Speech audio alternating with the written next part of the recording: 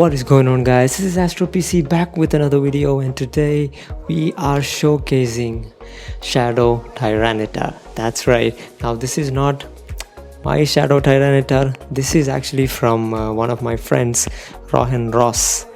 He recently got a Larvitar, Shadow Larvitar, and he powered it up all the way, and he did some amazing Master League battles with this thing. But unfortunately it still has frustration on it, so that's kind of a bummer. But still, it does put in a lot of work either way in the Master League, and you'll see exactly what this thing can actually do.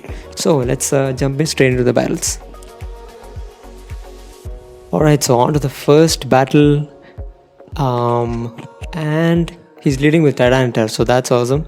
And we lead into a Mewtwo, so that is insane because Mewtwo is gonna get destroyed by the bite from Tyranitar, right?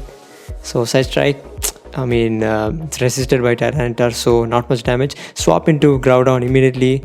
He swaps into his own Mewtwo. Now, I don't play much of Master League, but I know that Mewtwo does have a good matchup against Groudon. Now, Side Strike will absolutely do a lot of damage to Groudon, and Earthquake does to Mewtwo as well. So he shields up the Earthquake, correctly shields it up, and going to go for the Side Strike. Now the opponent shields it, absolutely understandable.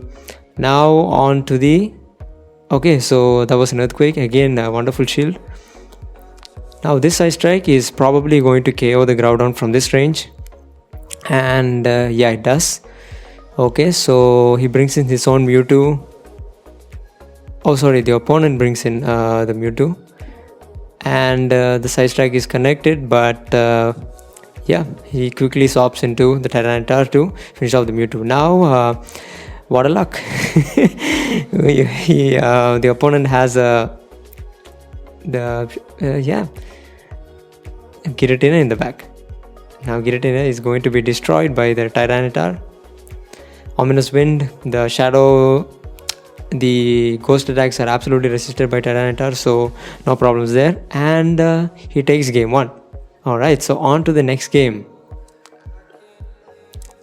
You see how much Tyranitar can do against a lot of Pokemon in the Master League, right? It's very, very powerful, especially in the Shadow form. Now on to the battle. So he is up against Zekrom, right? So he's opting to stay in, possibly because this is a decent matchup for Tyranitar. This Crunch is going to connect and takes out the Zekrom. Now the opponent has still 2 shields left. He has 1 shield left, so that's okay because he can let the Tyranitar go at this point and possibly come in back with Metagross. Yep. Now gotta watch out for the superpower. It's kind of okay. Tyranitar can, the Metagross can absolutely tank 1 superpower, maybe even 2, but then it'll be too low on health. So the safer play is just to tank 1 and go for the attack yourself. Right, so this is probably going to be another superpower. Yep, it is. Now expecting a swap. They're still adamant on not swapping. Interesting choice on the opponent's part. Now, yeah, so the opponent shields it up. Now going to go for probably a Rock Slide. No, another superpower. Okay, so it's incredibly debuffed. Now they could probably swap in, I believe. Maybe the switch timer was not up till then, so maybe I missed something there, I guess. But the Melmetal goes down and a Dragonite comes back in.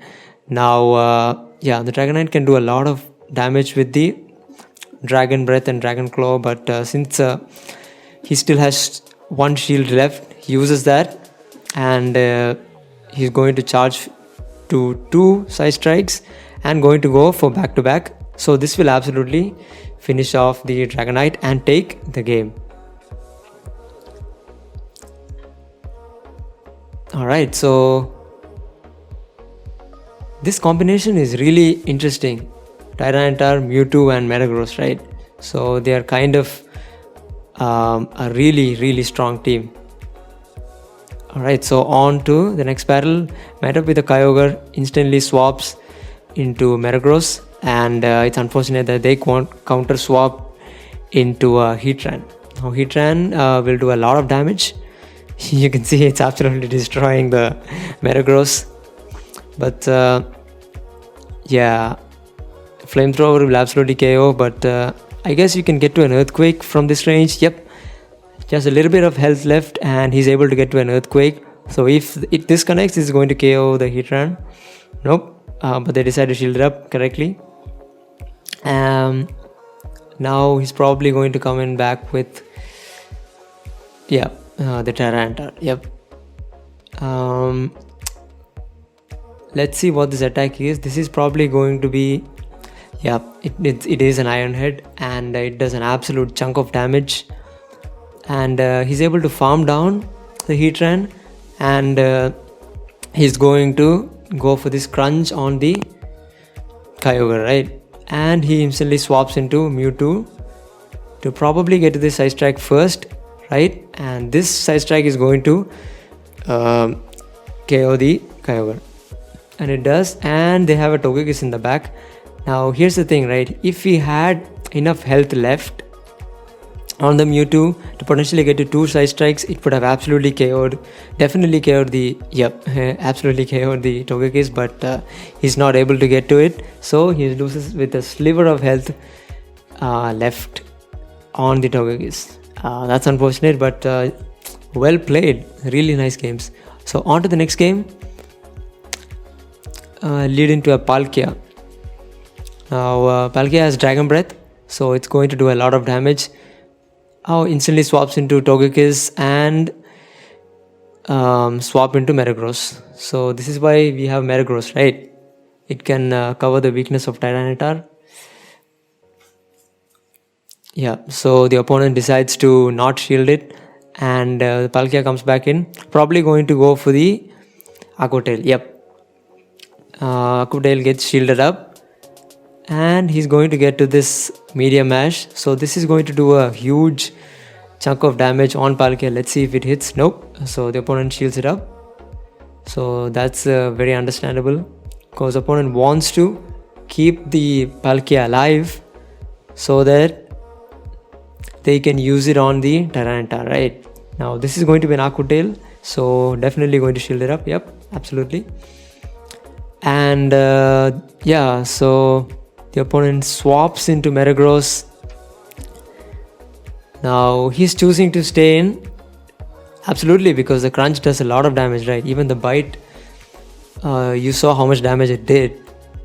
It did a lot of chip damage on the Metagross. Now he's going to come back in with his own Metagross. Unfortunate that it was not able to get to this Medium Mash. Now this Metagross has Psychic on it, so that's not very effective on the Mewtwo.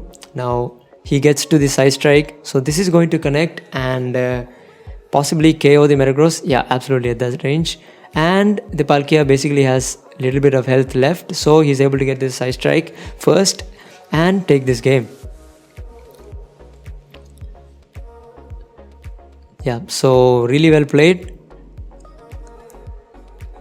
On to the next game.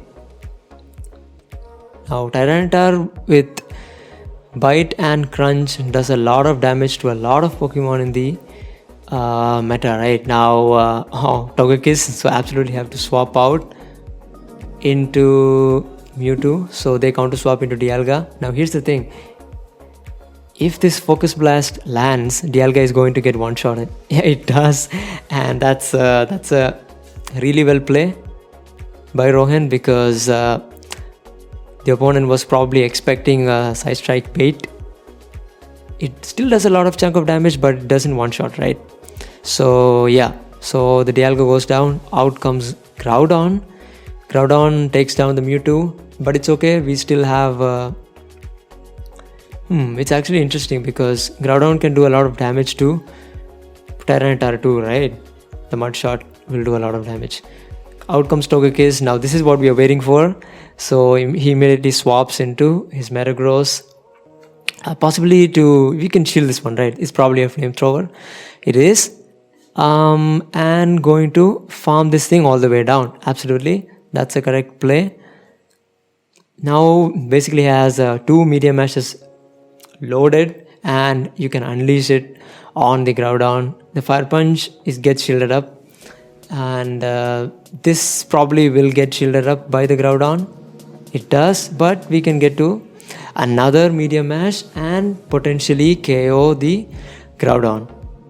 Oh no, so Groudon still stays, but yeah, little Tyranitar bites it down. Right. So he takes that game and on to the next game. So he leads into a Melmetal. Now Melmetal has superpower, so has to watch out for that.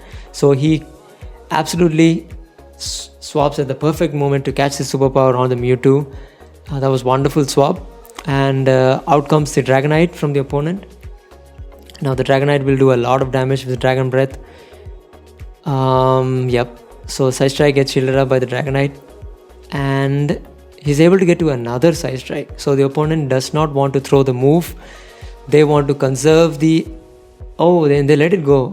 Interesting play. Alright. So they have a bunch of loaded energy. They can unleash it on Tyranitar if they want to, right? But yeah, they get farmed down before that by the Tyranitar, and they basically decide to leave the game. So that's that. Alright, GG's. So this is a little bit of bonus content because Mega Gengar is out. So I thought I'll just put it in. His Tyranitar is doing a lot of work against it.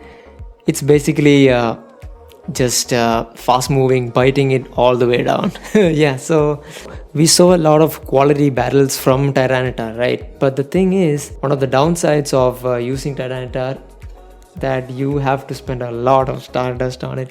Now he told me that he spent around 400,000 Stardust on this thing. That's an insane chunk of Stardust to spend on any Pokemon, right? That's all for today, guys. If you like this video, hit that like button, subscribe if you haven't already, and I will catch you guys on the next one.